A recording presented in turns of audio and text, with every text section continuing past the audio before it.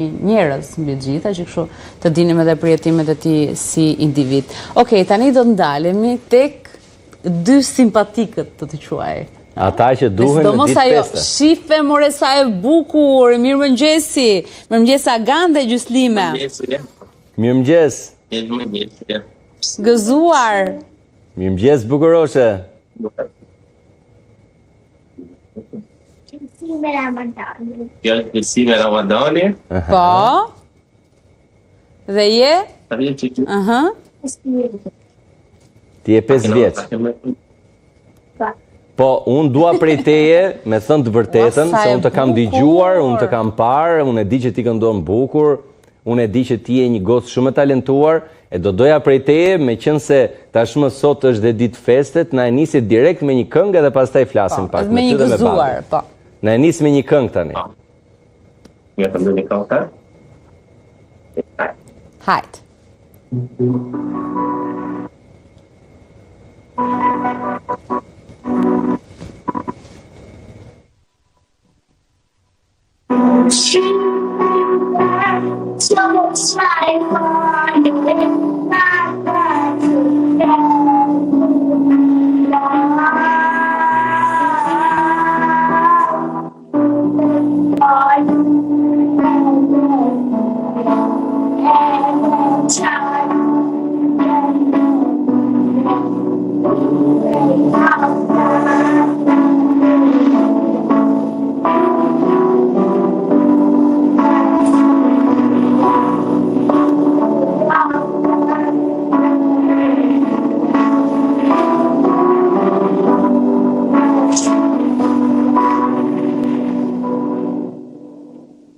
Po bëjmë edhe ne Shqiponjën këtu. Perfekt. Ja, po bëjmë edhe ne Shqiponjën. Sa bukur, nuk di. Shiko, e kishim tek në qoftë se do keni edhe një këngë tjetër, Agan, unë do të të kërkoja që mbase vetëm ta shoqëroje me melodi vajzën, sepse duke qenë se ti luan normalisht e mbush pak me instrumente dhe na shkëputet pak lidhja. Në rregull? Pra, në qoftë se këndohet një këngë tjetër në vazhdim. Ndërkohë, si është ky mëngjes për ju, si është ky mëngjes në familjen tuaj? Së pari faleminderit për ftesën. Është kënaqësi jona të jemi këtu sot. Është një ndjenjë e veçantë sot, është një ditë sakrifice, është një ditë historie dhe pavarësisht është një ndjenjë shumë e veçantë për neve sot. Dhe të pyesim pak atë bukuroshen, princeshën tënde, ose si e ndjen ajo këtë ditë sot? Çfarë është për ty sot?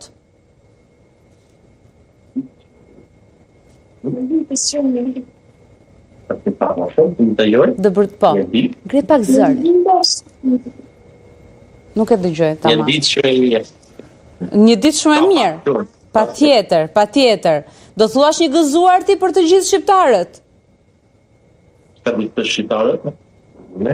Urime Kosovës. Urime Kosovës. Dhe Agan, besoj se ka qenë një punë shumë e mirë e juaja për ta mbajtur, për ta ruajtur traditën, adetarizmin, dashurinë për vendin, edhe dashurinë pa diskutim për Kosovën. Një vend që është juaj, i joni, të gjithëve, por që ka kaluar shumë vështirësi. Si kujton ti pavarësinë dhe gjithçka, atë kalvarin ndoshta të vuajtjeve? Pasi jetojmë për momentin jetojmë në Gjermani. Po. E mundohemi gjithmonë vajzës t'ia përcjelli gjuhën shqipe së pari, ta ketë si gjuhë të nanës. Sot kjo ditë është shumë e veçantë për neve, pasi nga kohërave 98 kemi përjetuar gjithë shqiptarët, edhe nuk dojmë që të përsëritet më kjo. Po. Dhe mesazhi është që kemi sa më të bashkuar edhe ta besojmë së bashku, besojmë gjithmonë. Në familjen tënde keni pasur një përjetim personal mbase lidhur me luftën, lidhur me ikjen nga Kosova mbase, pra çfarë përjetimi mund të ketë pasur familja jote? Ne jetojmë në Kumanov. Po. Gjatë asaj kohë kam qenë shumë i vogël, po i mbaj mend disa silën, se pas jam pranë edhe unë 3-4 vjet atë. po e di se shkon në një përjetim shumë i rëndë për gjithë shqiptarët dhe asnjë shqiptar nuk do që të përsëritet më ajo ditë. Patjetër. Ato kurse. Patjetër. Ndërkohë në lidhje me vajzën, se ka një gjë që ajo është 5 vjeç dhe ti i ke vendosur emrin Gjyslime. Gjylsime. Gjylsime. Si thash unë? E thash ndryshe. Po, e them se po s'ka gjë se... Se jo, unë 2-3 herë nuk kam dashur që ta them vetëm për të mos u ngatruar. Vetëm për të mos u ngatruar, prandaj kam... Është një emër që duket se është i vjetër, pra, duhet ta ketë një historik. Do ma tregosh pak si është historia e gjithë kësaj vendosjes së emrit? Emri Gjylsime ka të rishiguar nga nëna jeme. Okej. Unë jam rrit, jam rrit pa nanë, në moshën 4 vjetë e kam humbë nanën, dhe prej asaj kohë më ka munguar dashuria e nanës, edhe i kam premtu vetë, se një ditë do ta kem një vajzë, do t'ja lë emrin e nanës që ta gjallëroj emrin e nanës dhe natyrisht ka qenë veçantë për mua. Shumë njëkohësisht me ka ra dakord e para që ka dash me vendosë emrin nuk ka bashkëshortja ime. Po. Edhe unë e kam pranuar fillim, ka ardhur shumë mirë dhe ka vajza dhe gëzon emrin e nanës. Fantastike. Kjo të bën ty mbase pavarësisht që një baba dihet dashuria që ka për vajzën është pa kufi, po ty të shton edhe një lloj nostalgjie dhe një lloj melankolie mbase edhe fakti që ti vajzën tënde e thret me emrin e nënës tënde. Pikërisht ashtu është, po. Dhe a është emocioni dyfish duke vazhduar dhe atë që tha Rej, dashurie dyfish, ndoshta a e ndjen ti përjetimin 2 herë më shumë? Po, dashuria është e veçantë me vajzën, sidomos. Po, patjetër. Edhe mu ban plumtur shumë. Nuk më ban vetëm emri, po edhe pas jetojmë në një vend aq shumë larg jemi, edhe kemi disa raste që fëmijët e shqiptarëve nuk din shqip të flasin. Vajza gjuhën e parë ka marrë gjuhën shqipe, ajo mban krenar. Bravo.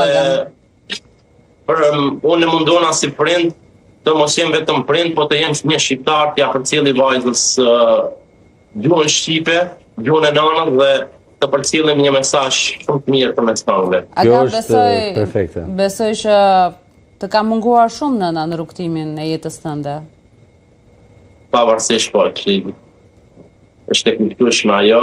Unë e kam pasur vetëm babin, babi ka qenë edhe babë edhe nën për mua. E kam pasur edhe motrën, 3 vite më të mëdha dhe ashtu jemi rritë.